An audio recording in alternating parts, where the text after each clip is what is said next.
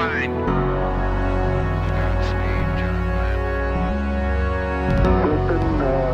Tranquility Base here. The Eagle has landed. Rocket Tranquility, we copy you on the ground. New possibilities are opening up for scientific cooperation between countries. 1, 0, 0. Liftoff. Americans return to space as Discovery clears the tower. Discovery, go and throttle up. Discovery Roger, go for deploy. Everybody in the shuttle program, the crew is go for launch. Roger, nice to be in orbit. We have followed in their footsteps to get us where we are today.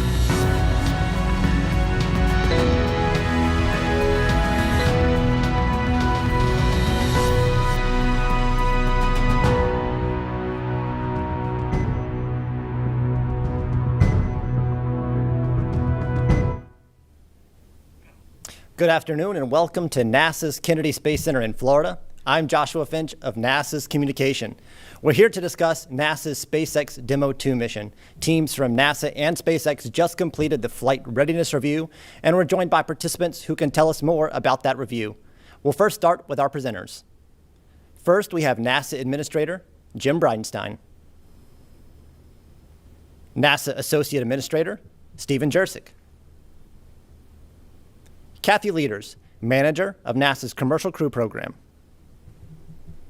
Kirk Shireman, Manager, International Space Station Program, Benji Reed, Director of Crew Mission Management at SpaceX, and Norm Knight, Deputy Director at NASA's Johnson Space Center Flight Operations. We're going to begin with opening comments from our presenters, and then we'll turn it over to questions.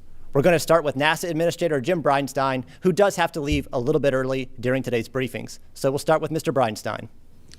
Well, thank you, Josh, and it is good to be here at the Kennedy Space Center. We are obviously in the media room where we have had many conferences before. I remember fondly Demo 1. I remember fondly the launch abort test, and this room was absolutely packed. And here we are today in an empty room talking to cameras, and all of us are 6 feet apart. And of course, we all walked in here with our masks on, and of course, what we are doing here today exemplifies what we were doing in the launch readiness review. So these are different times, but it is also a time when we need to be doing amazing things as a nation and inspiring the entire world, and that's what we're doing. The flight readiness review is complete. We have another milestone under our belts. It was a good review, great discussion. I think everybody in the room was very clear that now is the time to speak up if there are any challenges. And there were conversations that were had that were very important to be had. But it's also true that at the end, as each system and subsystem was considered, at the end we got to a go. So we are now preparing for a launch in 5 short days. So I want to say it's good to be here at the Kennedy Space Center. There's a lot of work left to do. The rocket is on the pad, and we've got a static fire in front of us, or I should say a hot fire in front of us, as well as a lot of checks to do. But the launch readiness review was good, and we are a go. So with that, Josh, I'll turn it back over to you. Thank you. And now we'll go to Stephen Jersick. Thank you, Josh. So first I want to say it was an honor to chair the first flight readiness review for a crew transportation system developed in the U.S. In 9 years. So I definitely was honored, and I was humbled to be the chair of the flight readiness review for the SpaceX Commercial Crew DM-2 flight.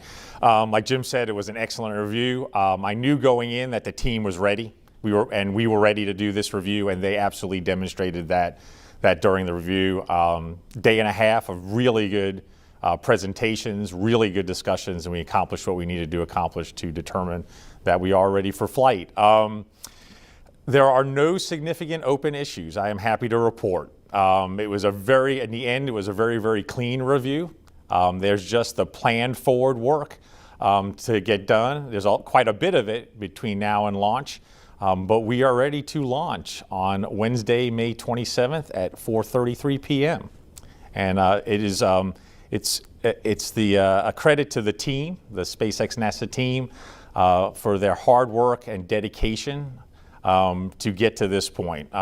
One thing I mentioned in the flight readiness review was this team represents the values of NASA. Safety, they have been laser focused on safely launching Bob and Doug into space, getting them to the space station and returning them home safely. Teamwork, I've never seen a team work together this effectively to conquer the challenges to get to this point. Integrity in everything they've done. I've just been so impressed with the openness and frankness of all our discussions, which is really critical to get to the point we're ready to launch.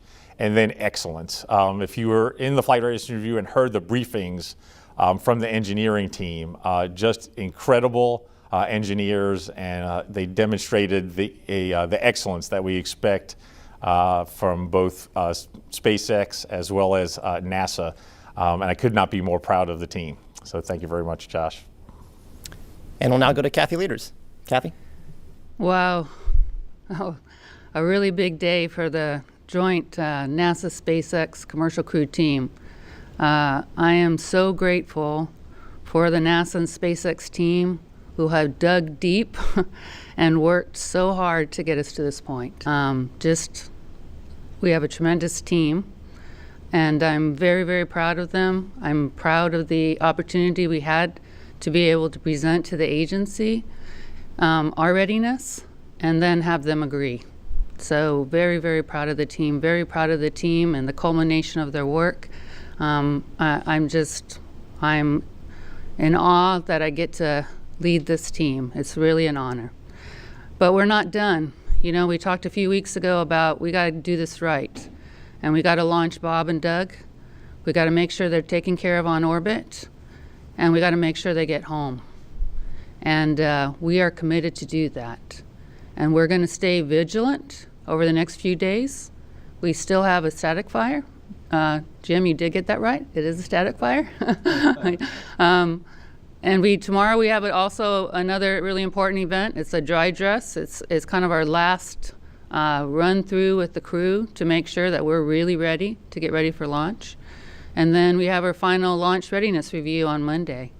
So I'm really proud of this team. We're going to take it one step at a time, and we're going to still fly when we're ready. But thank you to my whole team, to the NASA team, to the SpaceX team, to the ISS team that has helped us get this far. And we'll now go to Kirk Shireman. Good afternoon. It's a great pleasure to be here. I'm very excited to have been able to participate in this review. So much like we have the preparations Kathy was describing here on the planet, I can tell you there's great things and preparations going on orbit. So last Wednesday, JAXA launched the HTV, and so as we're conducting our review here, the HTV is rapidly catching up to the International Space Station and will be arriving to the ISS on Monday. So just a few days before DM-2 launches, it'll arrive to ISS. It'll be grappled by Chris Casti, and by the time DM-2 arrives, it'll be part of the space station. I had a chance to talk to the on-orbit crew, so Chris, Yvonne, and Anatoly Wednesday, just a few minutes really before I left to come down here to the Kennedy Space Center. I can tell you those guys are very focused, very excited, and are preparing for having Bob and Doug arrive on orbit. So great preparations going on orbit. And finally, coming home, we'll bring home Bob and Doug safely, but we're also counting on bringing home some experimental results on the Dragon too. So a great test flight, but also the ability to make use of that vehicle to bring home some experiments that have been on orbit for a while. So looking forward to that opportunity. So this year we're celebrating 20 years of having humans living and working in space. And we're very, very much excited to have the first humans launched to the International Space Station since July 8, 2011. So July 8, 2011, last time humans left the planet here in Kennedy and the Kennedy Space Center and went to the International Space Station. Very much looking forward to next week having Bob and Doug on orbit, continuing human presence in National Space Station, learning and exploring. So with that, it's my great pleasure to introduce to you Benji Reed, director at SpaceX and a good friend. He and his team have worked tremendously over the last few years to make us here today. So, Benji. Thank you very much, Kirk. You know, it is, use the word they're friends, and I think it's important. You know, we're not just colleagues here or even just partners. Over the years, we've built friendships. But in those friendships, we hold each other accountable. It's an honor. The responsibility that we carry jointly with NASA and our friends and partners and our company at SpaceX, and it's a sacred honor. And those are meaningful words when we say that. Our job is to carry Bob and Doug to the space station, hand them to Kirk, let them do what they get to do on space station, help keep the space station running and safe, and then we need to bring them home safely back to their families. As we like to often mention, you know, they are dads. They've got families back home, and it's just as important as we're all taking care of each other through these interesting times. We're needing to take care of the crew and bring them home. And again, on that sacred journey together, we all are holding each other accountable. And as Kathy said, there's more to do. Today we got to go, and it was a monumental and incredible journey to get to today's review. But we still have our static fire this afternoon, our dry dress, as Kathy mentioned, tomorrow. And then we have our own launch readiness review, which NASA will be attending and with us just before launch to ensure that we're really ready. But just to talk a little bit about what got us into, recently to today, we've got a few photos. Thought might be nice to bring up. There's Dragon getting ready to be transported from where we prepare the vehicles over to the hangar. We can go to the next shot. And there's Dragon and Falcon mated together, ready to roll out to the pad. We'll go to the next shot. And there they are. They're in the transport erector. The barn door is open. The door to the hangar is open. And Dragon is ready to leave, heading up to the pad. And there they are, erected on the pad. The crew arm there has moved into position. It's attached to or against the Dragon now, and we're ready. We're ready to go into static fire now in just a little bit, about an hour and a half from now. We talk a lot about the whole mission. Today we got to go to launch, but really it's a go to the mission. There'll be lots more data, lots more reviews in the next few days. There'll be constant vigilance and watching of the data and observations as we go through the mission. There'll be other reviews and conversations to make sure we're go for each aspect, including go to come home. But really, we always need to think about this as an entire mission, and again, bringing Bob and Doug home safely. And to that end, I think we've got a new video that we've pulled together to show our parachutes and a new compilation of all the parachute work that we've done.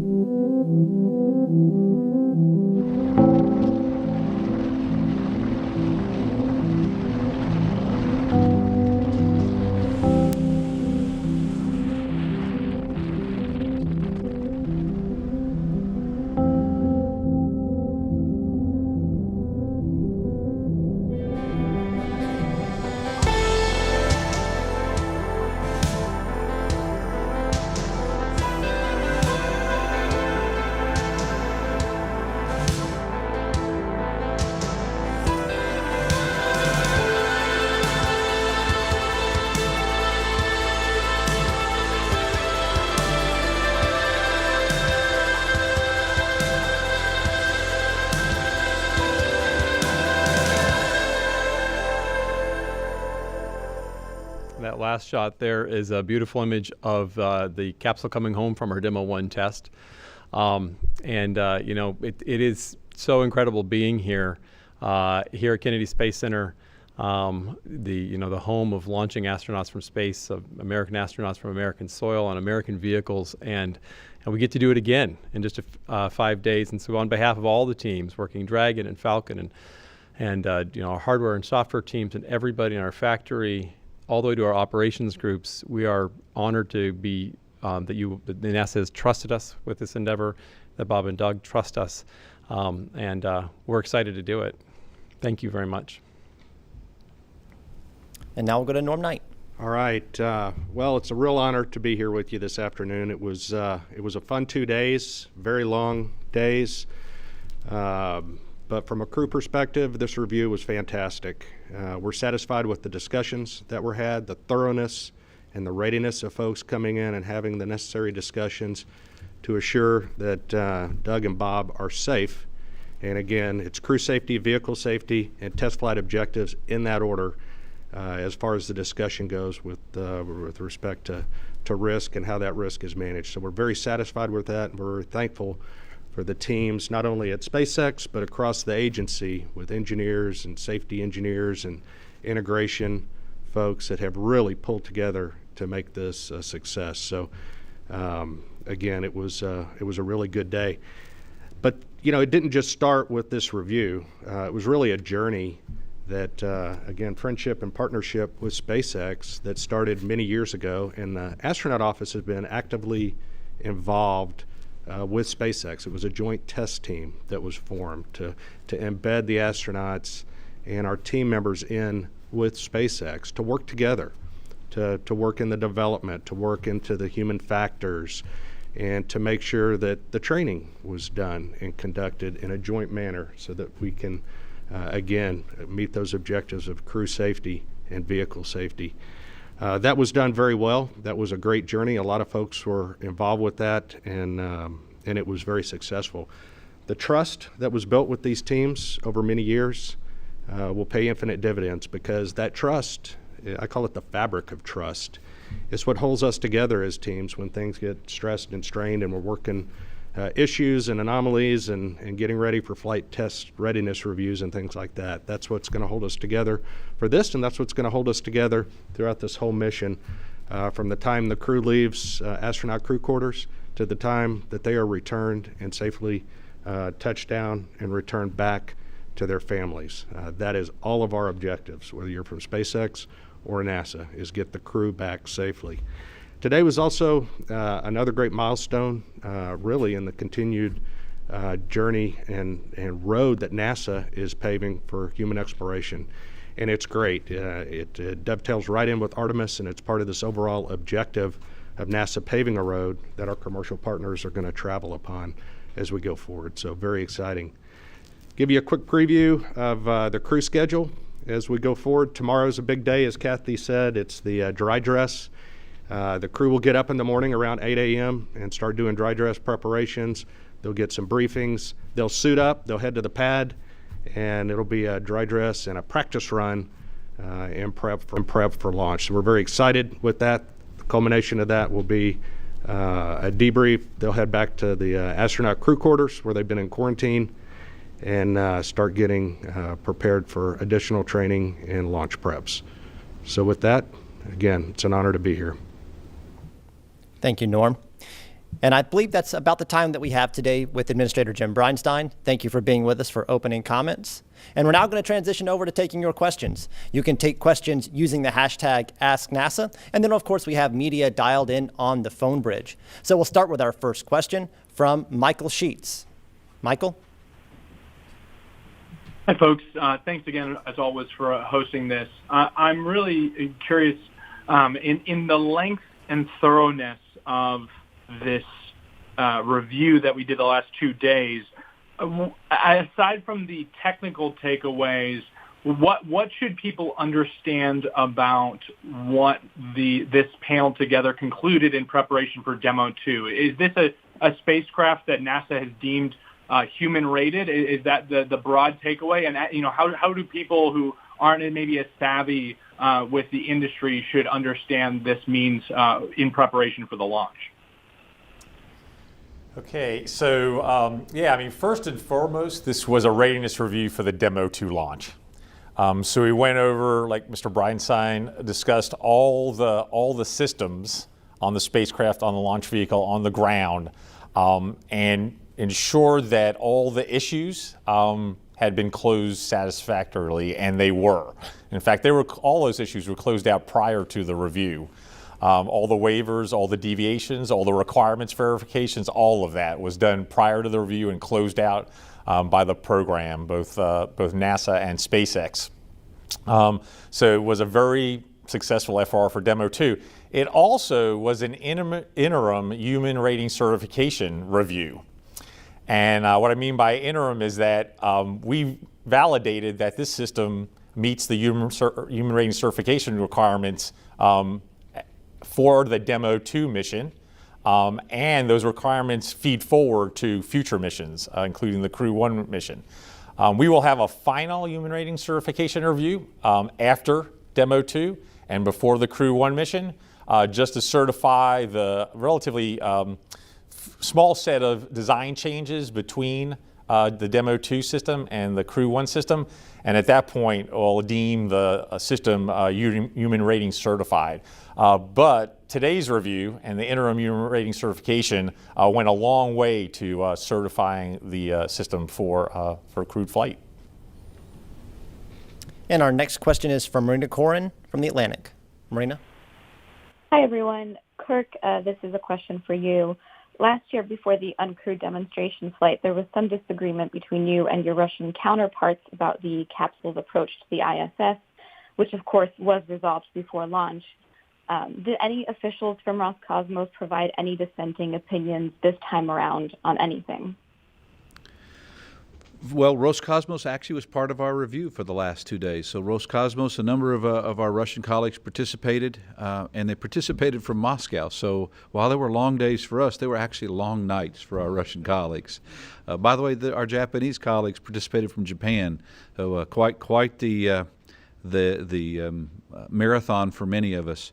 But our Russian colleagues work with us in that interim between Demo 1 and Demo 2.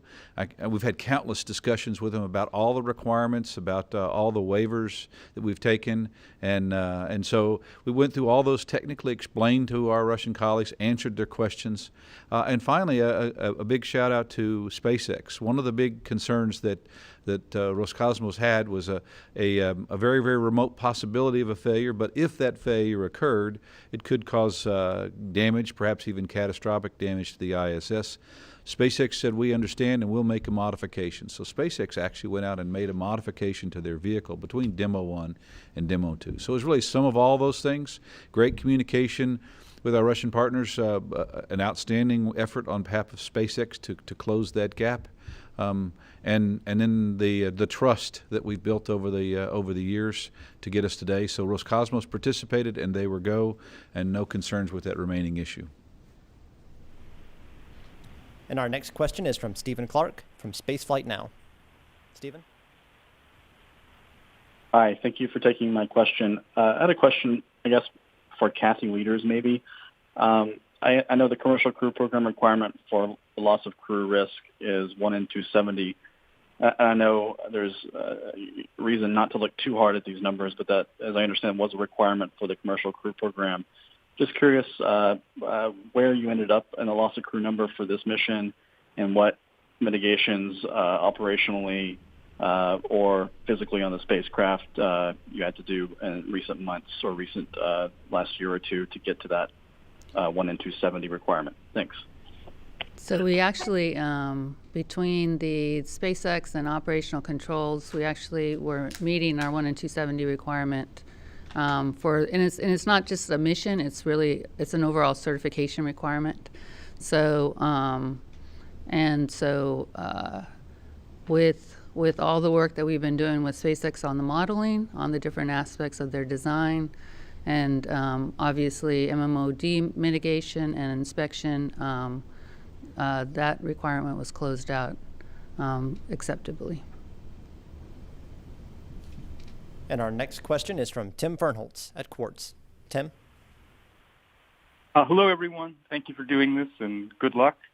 2 questions, if I might. One for Steve. I'm just curious, for those of us who haven't participated in a flight readiness review, can you give us like a tangible example of the kind of back and forth that might happen in that room? And, does it get down to the engineers on a specific subcomponent area, or is it at a more high level? And for Benji, I'm just curious, I know it's hard to put an exact number on this, but can you talk about how SpaceX has invested in developing the Crew Dragon alongside taxpayers? Thank you all. So, a big part of a flight readiness review is reviewing and accepting the risks. Whenever we fly, there are going to be residual risks. Kathy and Benji and their team did a great job along the way in these many years of identifying risks, understanding them, mitigating them through design changes and operational controls, to the point where we were able to accept a lot of them, most of them, along the way. So an example of one that we've been that the team has been working on over the last 6 months or so were the Dragon parachutes.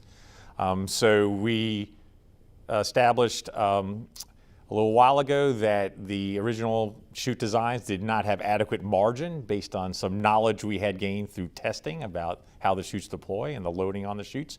So SpaceX stepped up and did a new chute design, and we had to qualify that new chute design to higher margins than we had the previous chutes. The NASA SpaceX team did an amazing job laying out a test program and executing that test program. However, it's fewer tests than we normally would see on a parachute qualification program.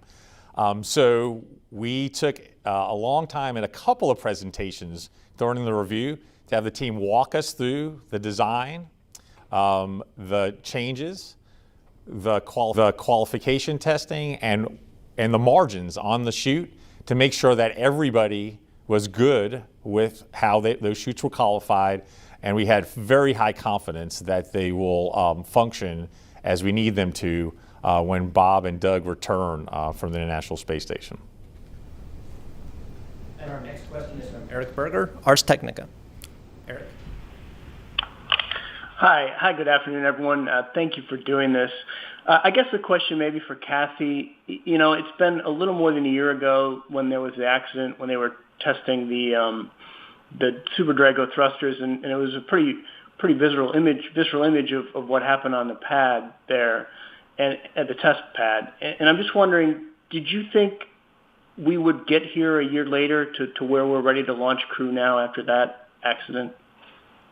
Well, I've been doing this for a really long time. I told somebody I feel like an old lady now after kind of working vehicle development now for 14 years. And don't ever underestimate the value of a failure, right? I've learned that when I look at over my career, when we've made the biggest progress, it's been in learning from a failure and then using that as a step function to move you to the next level. So, but you also should never underestimate how much work it is for you to overcome it, right? So we always had a plan. We had a plan that we were trying to fly, potentially by the end of December, but we weren't going to fly until we're ready, until we worked through all the testing and everything we needed. So I look back on last April, and the static fire was really for us to get ready for our in-flight abort test that was supposed to happen in June. And I think that was a real blessing for us. We learned a ton about our system and have made a spacecraft and expanded the knowledge of materials in NTO systems to an extent that give us a real sustained understanding of our systems and further robustness of the new design that we have. So last April, I probably wasn't thinking I was going to be flying in a year, but you know what? You can never sell this NASA and SpaceX team short, and they've always accomplished miracles for me, and I'm very, very proud of them right now. Thank you, Kathy. And I think I skipped over one question for Benji about how SpaceX has contributed. Benji, do you want to answer that question from Tim Fernholz? Great, sure, absolutely. So I can't, give you the exact dollar amount. There's, proprietary and competitive reasons why we can't. But I can tell you absolutely that SpaceX has invested heavily into this partnership and into the development of Dragon and Falcon. If you go all the way back to the days when we were developing our Falcon 1 vehicle, it's the fundamental systems and processes, and even a lot of the development of the engineers and team that created Falcon 1 are still working on the program today. And then you fast forward and you look at the development of Falcon 9 and Dragon, again in partnership with NASA under the COTS program and the cargo programs, and then continuing through now to the Crew Dragon. The partnership is definitely a two-way street, and we've put a lot of time and energy and finance into that effort to ensure that we're ready to fly, as we will be in 5 days. A lot of what you should look at is you see the workforce that we've developed, you see the technologies that we've developed to ensure that we're ready to fly. Another element I think it's important to pay attention to is kind of the I won't say pioneering, because we weren't the first to do firm fixed price contracting, but I think we've been champions, is a good word, of firm fixed price contracting from the beginning. Fundamentally, this is about saying to the taxpayer, hey, there's something you want us to do. Here's how much we're going to charge for it, and we're going to go do it for that amount of money. And that's in some ways, I think it used to be a pretty revolutionary concept, and I think we've shown that is a very effective tool for getting the best value to the government, to NASA, and to the American taxpayer. And as is recently reported, estimated that this program overall will have saved NASA, maybe $30 to $40 billion at least. And that's a significant thing to think about and see how we continue. Again, those firm fixed price contracts and the kind of partnership and truly open partnership where we work together allows that kind of savings to happen, and that kind of ability for NASA to invest in more things and do other programs. Our next question is from Lauren Grush at The Verge. Lauren? Hi, thanks for doing this. I was wondering if you could go through all the possible abort scenarios for this flight. At which points are the aborts available, and how does that put constraints on when you can launch, notably whether, how big of an area do you need to consider on launch day? Thanks. Sure. I'll talk a little about that, and then Norm, if you wanted to add anything to it as well. But I think that the number one of the key requirements of this program is to have an abort system, and we want to develop our vehicle to have this integrated abort system, what we call the launch escape system. Those are the Super Dracos on the vehicle, the Super Draco engines, and it's a very effective system that we hope we never ever have to use. It's sort of like the airbags in your car, or the ejection seat in a jet plane. You put a lot into it, you test it, and you make sure it's going to work, and then you hope you never ever have to use it. In 2015, we did our pad abort test to demonstrate that we could escape from the pad and into the water, come down safely into the water with the astronauts.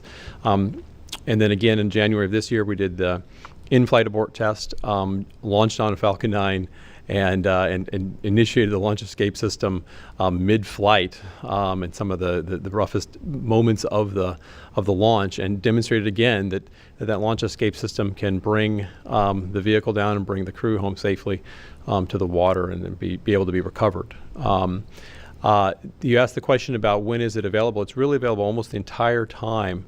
One of the goals of this system is to not have any blackout periods where you really can't, where that system doesn't function. And that's a big step in the history, the evolution of using these systems. And a good example of that, a little while back, on one of the Soyuz launches, they needed to use the launch escape system, and it worked great. And that was, but the part of flight where they needed to use it was actually something that they had been expanding into. So over time, they had continued to improve that system in the same way that we've been charged to do the same thing on our system to ensure that you can cover all of the path of flight.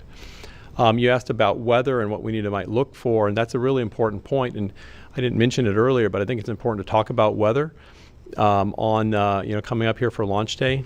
It looks really nice outside today, but we're always monitoring a lot of things, and it does have very much to do with the launch abort system on Dragon 2. So when we're normally flying a Falcon mission, say with a satellite fairing mission, we're monitoring a lot of different things. We're looking at ground winds, we're looking at lightning, we're looking at upper atmosphere winds along the ascent trajectory. But it's focused particularly on the Falcon, and we'll be looking at all of those and the same kind of thresholds to call off the launch. For Falcon, we'll do that the same for the crew missions. But now we need to add into that all of the weather along the entire ascent track where we might need to escape the crew, abort the crew off of Falcon. And it's really there's 50 points. Where we're monitoring weather, over 50 points actually, where we're monitoring weather all the way along the ascent track, which means from here in Florida all the way up the eastern seaboard of North America, United States and Canada, and all the way over basically to Ireland across the northern Atlantic. We'll be monitoring that weather, and along that way we're monitoring a lot of the same things. We're looking at winds, we're looking at lightning, we're looking at precipitation, and we're actually looking at waves. We're looking at wave velocity and wave height. Because we need to make sure that if the crew had to come down in a launch escape scenario, that they would come down in a sea state that would keep them safe, and that the rescue forces would be able to come and get them. Again, we hope we never have to use that, but we're monitoring all of those parameters as we go along, and we don't launch until we know that we're ready. And our next question is from Leo Enright at Irish TV.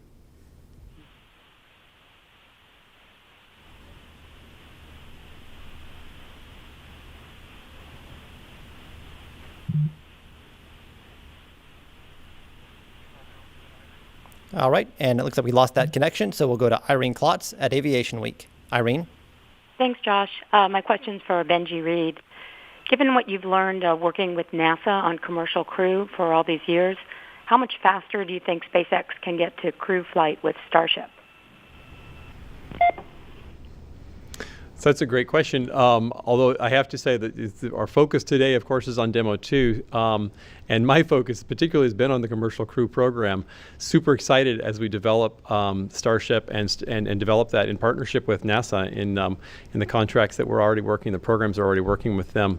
Again, it's a process. And I would say, though, that just looking at the development of the NASA SpaceX partnership from the cargo days, now through the crew days, having worked together and understood each other and influenced each other, we've learned a lot from NASA, and we've taken a lot from them, and I think we've given back, and I think NASA has grown and changed in ways that are valuable and productive for them as well. And I think that every time you do this together, it's going to get better. We'll get more efficient and do better. And I was just chatting with the director of Marshall's Center, and talking about some of the new programs we'll be working on with them there too for Starship. And we're excited. We're excited to continue that partnership and make it work better and more efficient, and always safer and more reliable.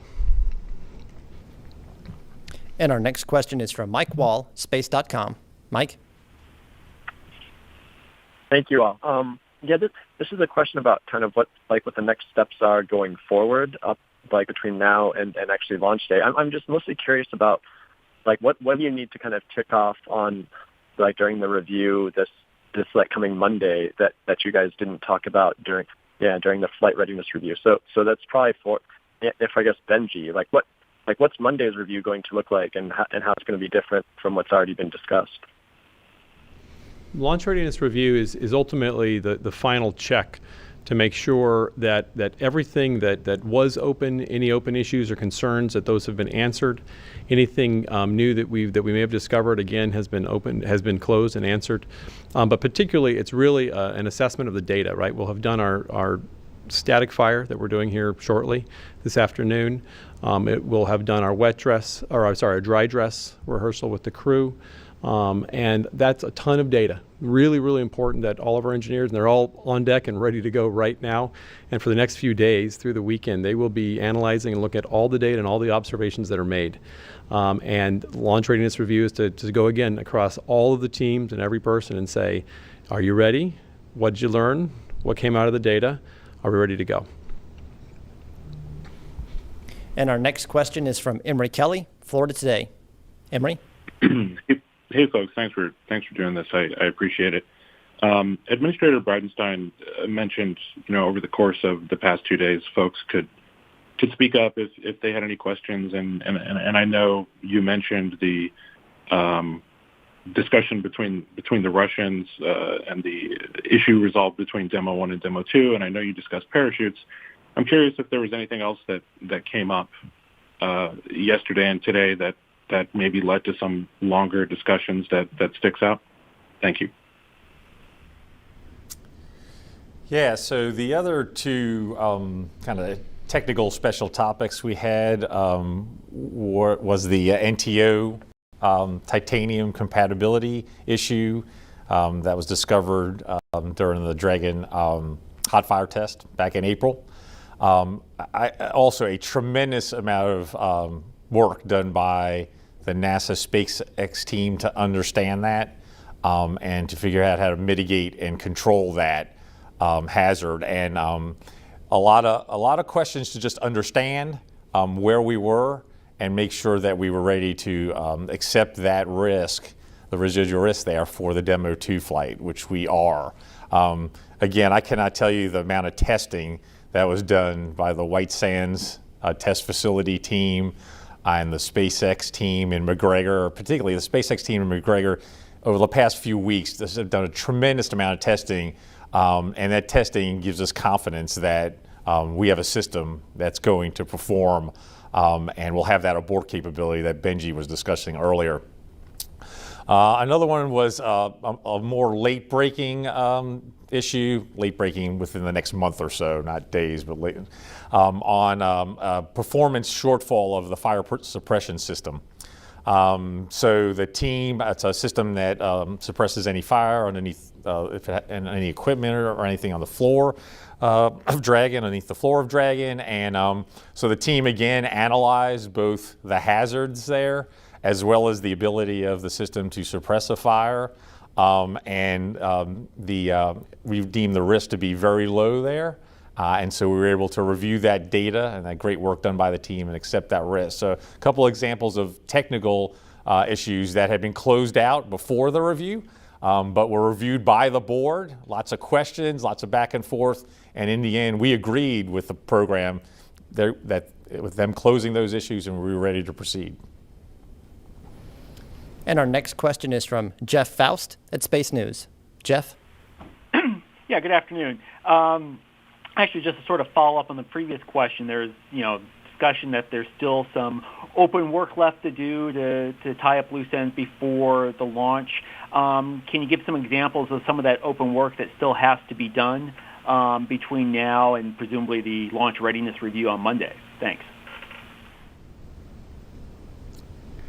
So I think, we mentioned the open work. There's final checkouts on the spacecraft that happen, like prior to final hatch closure. That's normal, standard work. We already mentioned the big event. The big event, obviously, static fire today, making sure the launch vehicle, final checkouts on the vehicles are done. Going through and doing dry dress. I mean, like we already talked about, dry dress and making sure that whole system for delivery of the crew to the pad, working through all those pieces, making sure everything's working, days before the launch. That's all normal open work. And then doing the job of going through all the data out of the tests. We'll be working Saturday, Sunday, Monday, Tuesday up to launch day to make sure that we're still checking everything out. I talked a couple weeks ago about continuing to dot the I's and cross the T's, and that's the kind of open work we're talking about right now. And our next question is from Dave Mosier at Business Insider. Dave?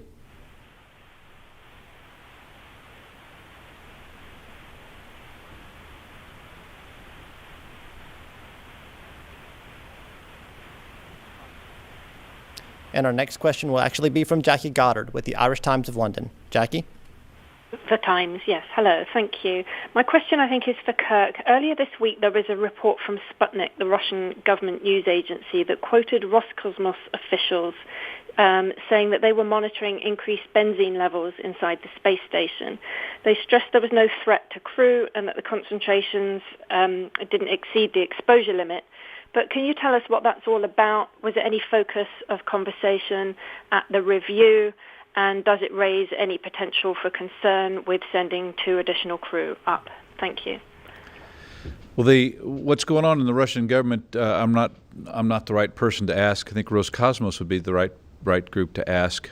I can tell you that we work very closely with our Russian partners. I speak to them, if not daily, certainly weekly. We actually have some people in my organization who live in Moscow, and so we're very, very close, great partners.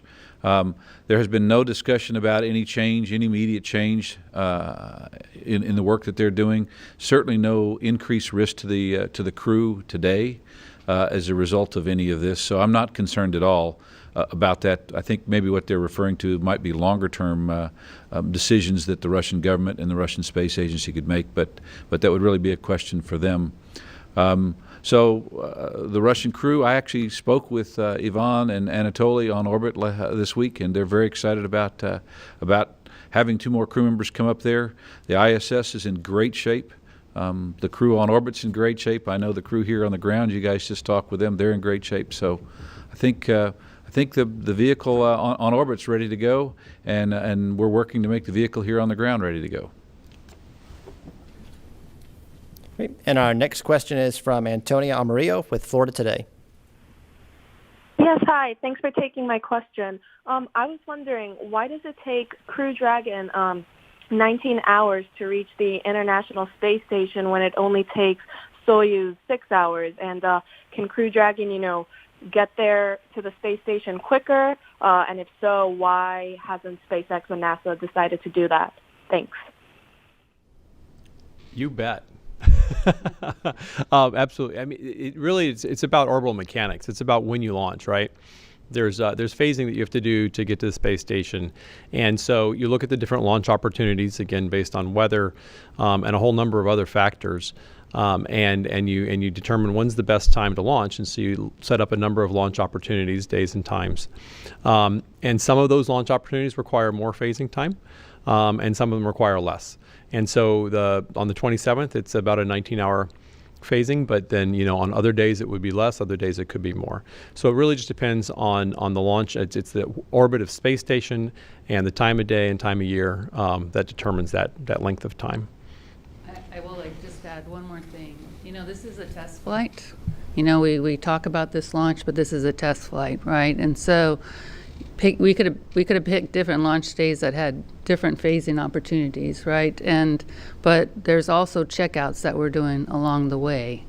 So we kind of picked a day that would also a phasing opportunity that would give us the time to be able to do those checkouts along the way, because this is a critical test flight. Bob and Doug are going to get to test fly the vehicle and check it out and make sure that first time people are going to be in a SpaceX vehicle and get to kind of take it out for a test run there and make sure that before it's certified that the design is working. So this is a really, really important flight for us. We got 2 great test pilots in there, and they're going to be checking out the vehicle.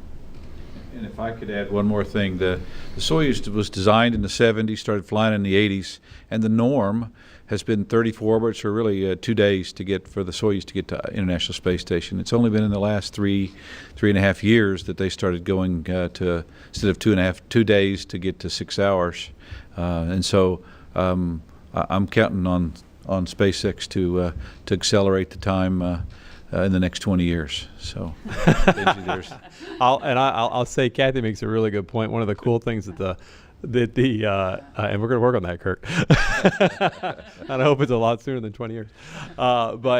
Is Bob and I are going to get a chance to try sleeping on Dragon, and that's a really good point. And another thing about the crew is that they have taken to heart as test pilots the importance of their work to ensure the readiness of the vehicle and the system and the program for future crews. To them, in their mind, was always, is this the right, safe, reliable system for anybody to fly in, but also to make sure that their colleagues in the crew office would be able to continue to do exactly what they want to do. So they're testing it out not just for themselves, but for all future flights. And that's exactly right. It's one of the reasons we want to make sure they got to sleep on board, they got to, eat meals and do all that kind of cool stuff while they're on board Dragon, yet trying to get them to station as quickly and safely as possible.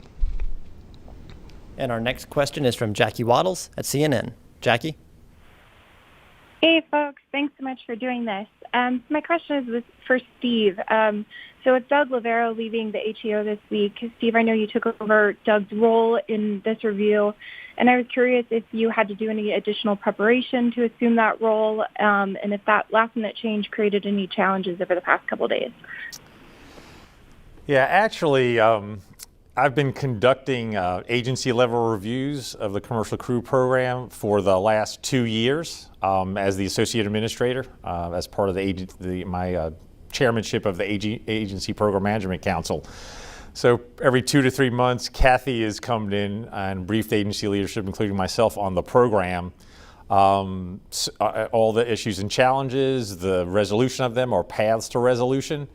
So those reviews, prepared me really well to step in and chair the Flight Readiness Review, as well as, I think, quarterly, the Aerospace Safety Advisory Panel reviews the commercial program, and Kathy makes a presentation to them. I think I've sat in on all or most of those reviews also. So given all that, I was well prepared. I also want to stress that there was a series of really great reviews leading up to the Flight Readiness Review. It wasn't just this one review. So there were engineering reviews of each system on Dragon and on Falcon by the engineering teams. They were a little concerned about doing those virtually versus face-to-face given COVID-19, but the feedback I got was that those reviews were very effective. Then there was the Station Operations Readiness Review by Kirk. Very good, successful review. There was a Flight Readiness Review by SpaceX, led for their purposes. There was a Flight Test Readiness Review led by Kathy and the team, and that led up to the Flight Readiness Review. So I sat in also on some of those reviews. So I felt very, very prepared to chair the review. And so don't think there were any significant challenges in transitioning from Doug to myself and chairing the FRR. And our next question is from Marcia Dunn, Associated Press. Marcia? Yes, hello. I'd like both SpaceX and NASA to address this. All space flight is risky, but this is a true test flight. And I'd like to, a big picture from you on just how risky, how dangerous this mission is that Bob and Doug are about to embark on. I'm not looking for statistics or numbers, but just in your guts, what are you feeling about the dangers and the risks of this whole endeavor? Thank you.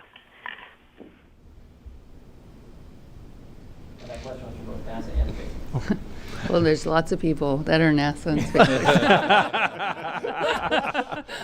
Well, you know, Marcia, it's really hard as a program manager because my job is to buy down risk, right? And for the last, with Steve laid out, I mean, really for the last 5 years as program manager, that's what I feel like I've been doing. So right now, we are trying to identify any risks that we know of that's out there and continue to look at risks and buy them down. But we also can't fool ourselves. You know, human space flight is really, really tough. You know, it's why we continue to look for risks and do additional assessments, and we never feel comfortable because that's when you're not searching, right? So I think, you know, we talked today about staying hungry, and so we're going to stay hungry, and we're going to stay hungry till Bob and Doug come home. But I've thought of every single risk. We've been sitting here scouring, our teams are scouring and thinking of every single risk that's out there, and we've worked our butt off to buy down the ones we know of. And we'll continue to look and continue to buy them down till we bring them home. Kathy said it very, very well, and it is tough. Spaceflight is hard, but because of that, we search ourselves and search our souls. We encourage each other, in our partnership with NASA and SpaceX, but certainly within our company, we encourage everybody to look over each other's shoulders. We say, challenge each other all the time. Don't take offense when people challenge your work. We encourage it. We are in the kind of the period right now of the final preparations for flight, but also where the majority of the engineers and people in the factory and everybody who've been working on this all of these years, they're now kind of into a period where they're doing their triple checks and quadruple checks. They're looking under every stone and turning over every rock just to make sure that we're really ready to go. And we have a standing policy in the company that anybody can raise an issue. Anybody can raise a risk. We have systems in place that actually allow anybody in the company to open a risk, what we call risk tickets, to open up an issue, to say, okay, I'm worried about something. And they have a direct line to senior leadership to say, hey, I'm worried about this, up to the moment of launch. Bottom line is it's tough, but we won't launch until we're ready. And we will listen to the data and we'll listen to the people. And our final question will be from Joey Roulette at Reuters. Joey? Hey, thanks so much for doing this. This is for Kirk Shireman or anyone else. Kirk, you mentioned the role international partners played. I was wondering if you could give some examples of the response and any concerns raised by those international partners, specifically Roscosmos, in regard to this review. And then for Benji Reed, will any data from this mission inform Starship design or Starship missions in the future? And would Starship ever do any test flights like this one to the space station? Thanks. From an international partner standpoint, it's really interesting. One is we're a partnership, and we expect all our partners, astronauts and cosmonauts, to fly on these vehicles, on the SpaceX vehicle. So they have a very vested interest. In this particular test flight, there are no international partners. But the very next flight, there will be. And so all the international partners were participating along the way because they know that their crew members will be flying on this vehicle, number one. Number two is it's docking to the International Space Station, and all those countries have made huge investments in that vehicle. We want to make sure that we're not risking the investment in that vehicle up there, or, by the way, their crew members who are living on board the International Space Station. So all along, very, very interested. The difficulties here, one, of course, I talked a little bit about time zones. That's always a difficulty. But we also had export control. So when we develop a vehicle here in the United States, all that technology is not allowed to be exported from the United States. So we have to live within those laws. And finally, there's proprietary data. So if the data was allowed to be exported, but it was SpaceX proprietary, then we would have to redact that data. So we conducted these discussions with our international partners along the way, answered their questions, assured them that their crew members would be safe, all the while meeting the U.S. laws on export control and honoring the proprietary data from SpaceX. So the fact that we did that, and all the partners were part of this review, were part of all this work, and we're ready to proceed is really an amazing thing. So we're very, very happy about that aspect. Benji? Sure. And just kind of following up real quick first on what Kirk said, it's exciting for us to get to work with international partners as well. We've had that opportunity on the cargo program from the early days because, again, they jointly run the space station and are partners in that. So coming up and bringing cargo, we had to work with them. And getting to work with the partners and work with all kinds of people around the world is exactly what we want to do. We want to send all kinds of people to space. And ultimately, this mission coming up and everything we're doing is to open that new chapter in the space age. And ultimately make life multiplanetary. That's what we want to do, and it's exciting to do it and see after this mission, what more missions we'll be doing with the space station and with others. In terms of the data, will this inform data on Starship or other programs? Absolutely. Data is data, and we love it. We love data. We want to learn. We want to learn from everything we do and apply it wherever we can to be safer, to be more reliable, to be more efficient, and again, ultimately be able to take lots and lots of people into space. Thank you. And now we'll go back for some final closing comments from Steve Durzik. Steve? Hey, thanks, Josh. So, yeah, I just want to reiterate that we had a very successful flight readiness review in that we did a thorough review of all the systems and all the risks, and it was unanimous on the board that we are go for launch. It is really exciting to be launching American astronauts on American rockets for American soil from Kennedy Space Center for the first time in 9 years. I know it's been a long, really challenging road, and I just cannot tell you how proud I am of the NASA SpaceX team for all their talent, hard work, dedication, and perseverance to get to this point of 5 days from launch. I could hardly, I mean, I am incredibly excited and can hardly believe it. So yeah, we want you to join us, most of you virtually, unfortunately, given the situation, on Wednesday, March 27th at 4:33 p.m. When we're going to send Bob to Doug to the International Space Station and dock 19 hours later, and they will become part of the next ISS expedition. So with that, we'll conclude the press conference.